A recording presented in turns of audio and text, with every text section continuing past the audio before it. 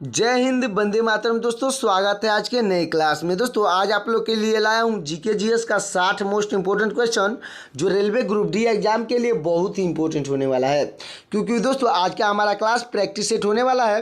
तो दोस्तों आपको क्या करना है, वीडियो को शुरू से अंत तक जरूर देखना है और दोस्तों हर एक क्वेश्चन का आंसर आपको कमेंट में बताना है, ताकि दोस्तों मुझे पता चल सकेगा कि आपकी तैयारी कितने तक हुई है और मुझे अगला वीडियो किस लेवल का क्वेश्चन लाना है। तो दोस्तों चलिए शुरू करते हैं आज के अपने क्लास को। तो उससे पहले अब तक वीडियो को लाइक नहीं किया है तो वीडियो को लाइक करके चैनल को सब्सक्राइब कर दीजिएगा। तो आज का हमारा पहला प्रश्न है, भारत के किस शहर को मसालों का शहर कहा जाता है?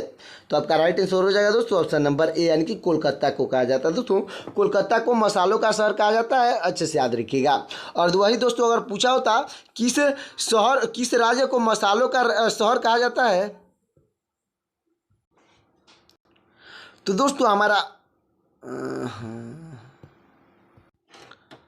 दोस्तों आज का हमारा पहला प्रश्न हो जाएगा, भारत के किस शहर को मसालों का शहर कहा जाता है? तो आपका राइट आंसर हो जाएगा दोस्तों ऑप्शन नंबर ए, यानी कि कोलकाता को मसालों का शहर कहा जाता है। दोस्तों कोलकाता आपका बिल्कुल राइट आंसर हो जाएगा। और दोस्तों यहीं पे अगर क्वेश्चन पूछा हो तो मसालों का बगीचा किसे कहा जाता है, तो केरल आपका बिल्कुल राइट आंसर हो जाता है। अगला प्रश्न हो जाएगा, भारत में सबसे ज़्यादा सौर ऊर्जा उत्पादन करने वाला राज्य कौन सा है? तो आपका राइट आंसर हो जाएगा ऑप्शन नंबर ए, यानी कि राजस्थान है। दोस्तों राजस्थान आपका बिल्कुल राइट आंसर हो जाएगा, क्योंकि दोस्तों राजस्थान में सबसे अधिक गर्मी पड़ती है, इसलिए सबसे ज़्यादा सौर ऊर्जा का उत्पादन जो राजस्थान में होता है। अगला प्रश्न हो जाएगा, भारत का कोहिनूर किस राज्य को कहा जाता है? तो आपका राइट आंसर हो जाएगा ऑप्शन नंबर सी, यानी कि आंध्र प्रदेश को कहा जाता है। दोस्तों आंध्र प्रदेश आपका बिल्कुल राइट आंसर हो जाएगा, अच्छे से याद रखिएगा। अगला प्रश्न है, महात्मा गांधी जी को अर्धनग्न फकीर किसने कहा था? तो आपका राइट आंसर हो जाएगा दोस्तों ऑप्शन नंबर ए, यानी कि दोस्तों विंस्टन चर्चिल ने कहा था। दोस्तों विंस्टन चर्चिल आपके बिल्कुल राइट आंसर हो जाएगा। अगला प्रश्न हो जाएगा, भारत की पहली महिला राष्ट्रपति कौन थी? तो आपका राइट आंसर हो जाएंगे दोस्तों ऑप्शन नंबर बी, यानी कि प्रतिभा पाटिल थी। दोस्तों प्रतिभा पाटिल आपके बिल्कुल राइट आंसर हो जाएंगी। तो दोस्तों हमारा अगला प्रश्न हो जाएगा, किस धातु के बर्तन में चाय सबसे जल्दी ठंडी हो जाती है? तो आपका राइट आंसर हो जाएगा ऑप्शन नंबर ए, यानी कि चांदी के बर्तन में। दोस्तों चांदी के बर्तन में सबसे जल्दी चाय ठंडी हो जाती है, अच्छे से याद रखिएगा।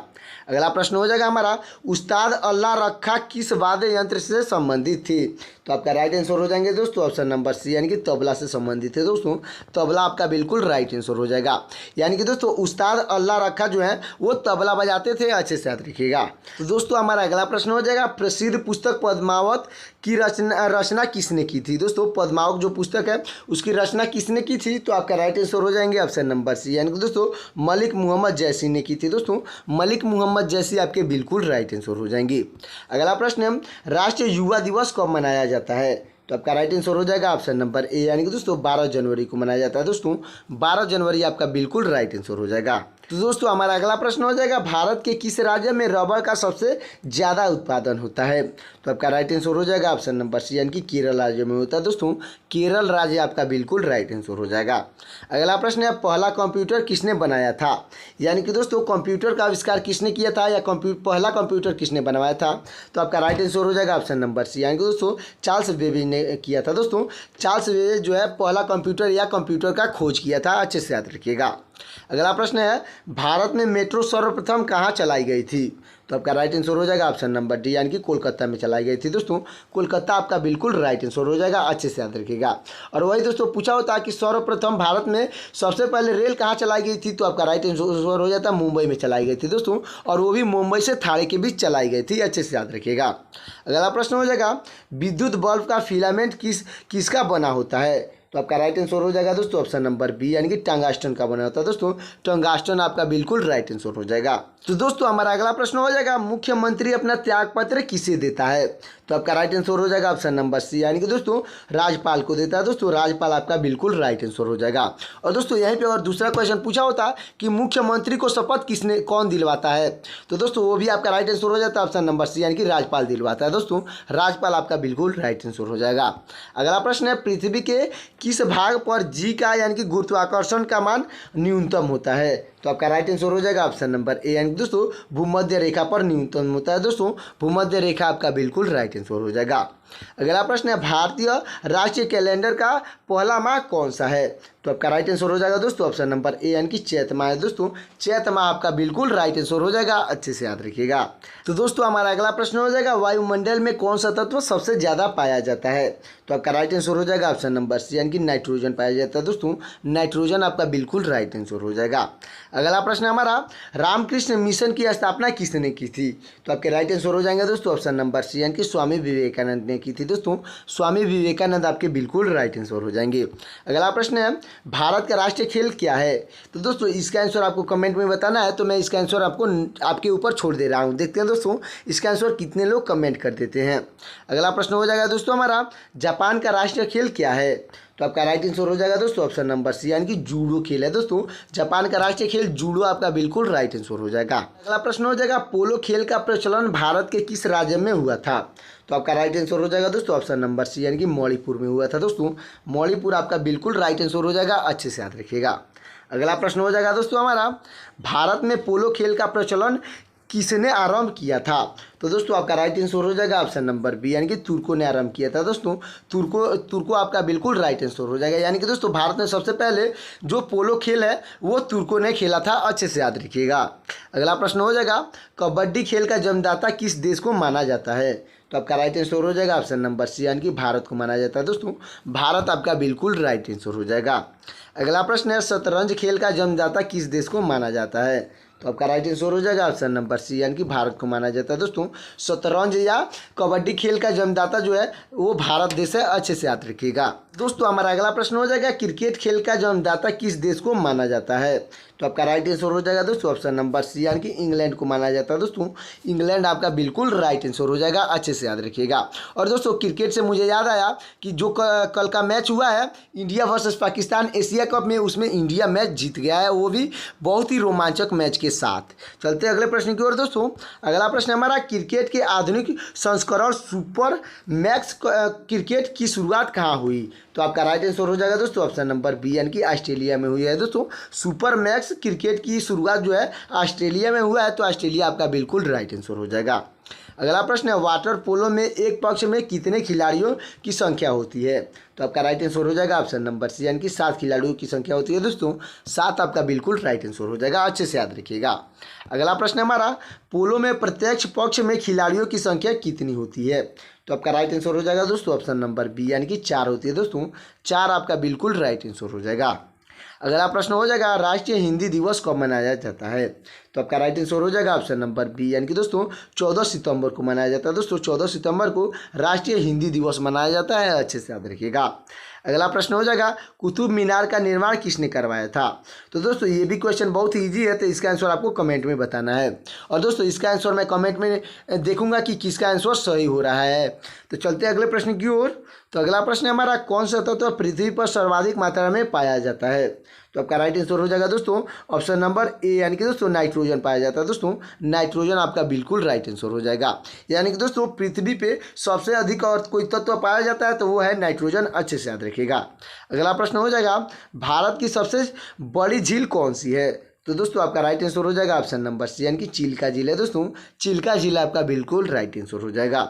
अगला प्रश्न है Jim Corbett national park Bharat के किस राज्य में स्थित है? तो आपका राइट आंसर हो जाएगा ऑप्शन नंबर ए, यानी कि उत्तराखंड में स्थित है दोस्तों, उत्तराखंड आपका बिल्कुल राइट आंसर हो जाएगा, अच्छे से याद रखिएगा। अगला प्रश्न हो जाएगा चार मीनार भारत के किस शहर में स्थित है? तो आपका राइट आंसर हो जाएगा ऑप्शन नंबर सी, यानी कि हैदराबाद में स्थित है दोस्तों, हैदराबाद आपका बिल्कुल राइट आंसर हो जाएगा। अगला प्रश्न है साइलेंट वैली, यानी कि दोस्तों साइलेंट वैली किस राज्य में स्थित है? तो आपका राइट आंसर हो जाएगा दोस्तों ऑप्शन नंबर ए, यानी कि केरल में स्थित है दोस्तों, साइलेंट वैली केरल में स्थित है, अच्छे से याद रखिएगा। अगला प्रश्न हमारा सर्वाधिक कोयला उत्पादन किस राज्य में होता है? यानी कि दोस्तों सबसे अधिक कोयला उत्पादन किस राज्य में होता है? तो आपका राइट आंसर हो जाएगा ऑप्शन नंबर सी, यानी कि झारखंड में होता है दोस्तों, झारखंड आपका बिल्कुल राइट आंसर हो जाएगा। अगला प्रश्न है सर्वप्रथम किस राज्य में लोक अदालत आयोजित की गई थी? तो आपका राइट आंसर हो जाएगा दोस्तों, आपका राइट आंसर हो जाएगा ऑप्शन नंबर बी, यानी कि गुजरात में की गई थी दोस्तों, सर्वप्रथम जो अदालत आयोजित हुआ था वो गुजरात में हुआ था, अच्छे से याद रखिएगा। अगला प्रश्न हो जाएगा भारत का प्रथम वायसराय कौन था? तो आपका राइट आंसर हो जाएगा दोस्तों ऑप्शन नंबर बी, यानी कि दोस्तों लॉर्ड डलहौजी था दोस्तों। लॉर्ड डलहौजी आपका बिल्कुल राइट आंसर हो जाएगा। तो दोस्तों हमारा अगला प्रश्न हो जाएगा, किस अंग को आरबीसी का कब्रगाह कहा जाता है, यानी कि दोस्तों रेड ब्लड कॉर्पल्स का कब्रगाह कहा जाता है। तो आपका राइट आंसर हो जाएगा ऑप्शन नंबर बी, यानी कि प्लीहा को कहा जाता है दोस्तों, जिसको तिल्ली भी कहा जाता है। अच्छे से याद रखिएगा। अगला प्रश्न हो जाएगा, विश्व का सबसे लंबा रेलवे प्लेटफॉर्म कौन सा है। तो आपका राइट आंसर हो जाएगा दोस्तों ऑप्शन नंबर बी, यानी कि हुबली रेलवे प्लेटफॉर्म है दोस्तों। विश्व का सबसे लंबा जो रेलवे प्लेटफॉर्म है वो हुबली रेलवे प्लेटफॉर्म है। अच्छे से याद रखिएगा। अगला प्रश्न हो जाएगा, नेफा भारत के किस राज्य का पुराना नाम था। तो दोस्तों आपका राइट आंसर हो जाएगा ऑप्शन नंबर डी, यानी कि दोस्तों अरुणाचल प्रदेश का पुराना नाम था दोस्तों। अरुणाचल प्रदेश आपका बिल्कुल राइट आंसर हो जाएगा। अगला प्रश्न है, सेंट्रल रेलवे का मुख्यालय कहाँ स्थित है। तो आपका राइट आंसर हो जाएगा ऑप्शन नंबर बी, यानी कि मुंबई में स्थित है दोस्तों। सेंट्रल रेलवे का मुख्यालय जो है मुंबई में स्थित है। अच्छे से याद रखिएगा। अगला प्रश्न है, माउंट एवरेस्ट पर चढ़ने वाली प्रथम दूसरी महिला कौन थी। तो आपका राइट आंसर हो जाएगा ऑप्शन नंबर ए, यानी दोस्तों संतोष यादव थी दोस्तों। संतोष यादव आपके बिल्कुल राइट आंसर हो जाएंगी। अगला प्रश्न हमारा, मध्य प्रदेश का उच्च न्यायालय कहाँ स्थित है। तो आपका राइट आंसर हो जाएगा ऑप्शन नंबर डी, यानी कि दोस्तों जबलपुर में स्थित है दोस्तों। जबलपुर आपका बिल्कुल राइट आंसर हो जाएगा। अच्छे से याद रखिएगा। अगला प्रश्न है, सरदार सरोवर परियोजना किस नदी पर स्थित है। तो आपका राइट आंसर हो जाएगा ऑप्शन नंबर बी, यानी कि नर्मदा नदी पे स्थित है दोस्तों। नर्मदा नदी आपका बिल्कुल राइट आंसर हो जाएगा। अच्छे से याद रखिएगा। अगला प्रश्न है, भारत में स्थापित प्रथम नेशनल पार्क कौन सा था। तो आपका राइट आंसर हो जाएगा ऑप्शन नंबर ए, यानी कि दोस्तों जिम कॉर्बेट नेशनल पार्क था दोस्तों। जिम कॉर्बेट नेशनल पार्क आपका बिल्कुल राइट आंसर हो जाएगा। अगला प्रश्न है हमारा, भारत का पहला नगर निगम कहाँ स्थापित हुआ। तो आपका राइट आंसर हो जाएगा ऑप्शन नंबर बी, यानी कि दोस्तों मद्रास में हुआ था दोस्तों। मद्रास यानी कि चेन्नई आपका बिल्कुल राइट आंसर हो जाएगा। अगला प्रश्न है, भारत में सर्वाधिक चावल उत्पादन करने वाला राज्य कौन सा है, यानी कि दोस्तों भारत में सबसे अधिक चावल का उत्पादन किस राज्य में होता है। तो आपका राइट आंसर हो जाएगा ऑप्शन नंबर सी, यानी कि पश्चिम बंगाल में होता है दोस्तों। पश्चिम बंगाल आपका बिल्कुल राइट आंसर हो जाएगा। अगला प्रश्न है हमारा, दुनिया का सबसे ज़्यादा ताकत देने वाला फल कौन सा है। तो आपका राइट आंसर हो जाएगा दोस्तों ऑप्शन नंबर सी, यानी कि कीवी है दोस्तों। दुनिया का सबसे ज़्यादा ताकत देने वाला फल कीवी है। अच्छे से याद रखिएगा। अगला प्रश्न हो जाएगा दोस्तों हमारा, अगला प्रश्न है, कौन सा जानवर अंधेरे में भी देख सकता है। तो आपका राइट आंसर हो जाएगा ऑप्शन नंबर सी, यानी कि चीता है दोस्तों। चीता जो जानवर है वो अंधेरे में भी देख सकता है। अच्छे से याद रखिएगा। अगला प्रश्न हो जाएगा, भारत में सोने की खान किस राज्य में स्थित है। तो आपका राइट आंसर हो जाएगा ऑप्शन नंबर ए, यानी कि दोस्तों कर्नाटक में स्थित है दोस्तों। कर्नाटक आपका बिल्कुल राइट आंसर हो जाएगा।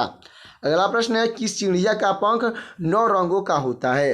तो आपका राइट आंसर हो जाएगा दोस्तों ऑप्शन नंबर ए, यानी दोस्तों पीटा चिड़िया का जो पंख है वो 9 रंगों का होता है। तो दोस्तों पीटा चिड़िया आपका बिल्कुल राइट आंसर हो जाएगा। अगला प्रश्न है, भैंस किस देश का राष्ट्रीय पशु है। तो आपका राइट आंसर हो जाएगा दोस्तों ऑप्शन नंबर सी, यानी कि दोस्तों डोमिनिका देश का राष्ट्रीय पशु है दोस्तों। जो भैंस है वो डोमिनिका देश के राष्ट्रीय पशु है। अच्छे से याद रखिएगा। अगला प्रश्न हो जाएगा, मरने के बाद इंसान का दिमाग कितने समय तक जिंदा रहता है। तो दोस्तों ये हमारा बहुत ही इंपॉर्टेंट क्वेश्चन है, तो इसको आप लोग रट लीजिएगा। तो दोस्तों हमारा क्वेश्चन कहता है, मरने के बाद इंसान का दिमाग कितने समय तक जिंदा रहता है। तो आपका राइट आंसर हो जाएगा ऑप्शन नंबर बी, यानी कि 10 मिनट तक जिंदा रहता है दोस्तों। 10 मिनट आपका बिल्कुल राइट आंसर हो जाएगा। अगला प्रश्न है, परीक्षा की शुरुआत की सबसे पहले किस देश में हुई थी। तो आपका राइट आंसर हो जाएगा ऑप्शन नंबर ए, यानी कि चीन देश में हुई थी दोस्तों। परीक्षा की शुरुआत सबसे पहले चीन देश में हुई थी। अच्छे से याद रखिएगा। अगला प्रश्न है, सुअर किस देश का राष्ट्रीय पशु है दोस्तों। जो सुअर जानवर है वो किस देश का राष्ट्रीय पशु है। तो आपका राइट आंसर हो जाएगा ऑप्शन नंबर बी, यानी दोस्तों ग्रेट ब्रिटेन का है दोस्तों। ग्रेट ब्रिटेन आपका बिल्कुल राइट आंसर हो जाएगा। अच्छे से याद रखिएगा। अगला प्रश्न है हमारा, किस जीव का हड्डी सबसे मजबूत होती है। तो आपका राइट आंसर हो जाएगा दोस्तों ऑप्शन नंबर सी, यानी कि बाघ का जो हड्डी होता है वो सबसे मजबूत होता है दोस्तों। तो बाघ आपका बिल्कुल राइट आंसर हो जाएगा। अगला प्रश्न है, कौन से बर्तन में पानी पीने से कम गुस्सा आता है। दोस्तों कौन सा बर्तन है जिसमें पानी पीने से कम गुस्सा आता है। तो आपका राइट आंसर हो जाएगा ऑप्शन नंबर डी, यानी कि दोस्तों पीतल के बर्तन से अगर आप पानी पीते हैं तो आपको बहुत कम गुस्सा आता है। अच्छे से याद रखिएगा। अगला प्रश्न है, मछलियों का राजा किस मछली को कहा जाता है। तो दोस्तों आपका राइट आंसर हो जाएगा ऑप्शन नंबर ए, यानी दोस्तों शार्क मछली को मछलियों का राजा कहा जाता है। अच्छे से याद रखिएगा। अगला प्रश्न हो जाएगा दोस्तों हमारा, भारत में सबसे ज़्यादा बंजर भूमि किस राज्य में स्थित है। दोस्तों भारत के किस राज्य में सबसे अधिक बंजर भूमि स्थित है, तो आपका राइट आंसर हो जाएगा ऑप्शन नंबर ए यानी कि राजस्थान में स्थित है। दोस्तों राजस्थान आपका बिल्कुल राइट आंसर हो जाएगा, क्योंकि दोस्तों राजस्थान में सबसे कम वर्षा होता है, जिसके कारण वहाँ पे फसल उग नहीं पाते हैं, इसलिए दोस्तों वहाँ के भूमि अधिक बंजर होते हैं। अच्छे से याद रखिएगा। तो दोस्तों ये हमारा लास्ट क्वेश्चन था।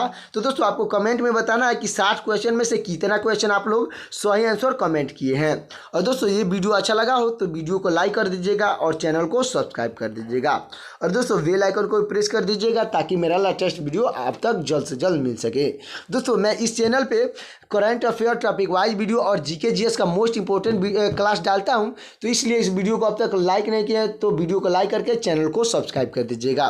तो दोस्तों मिलते हैं किसी और वीडियो में, तब तक के लिए जय हिंद जय भारत।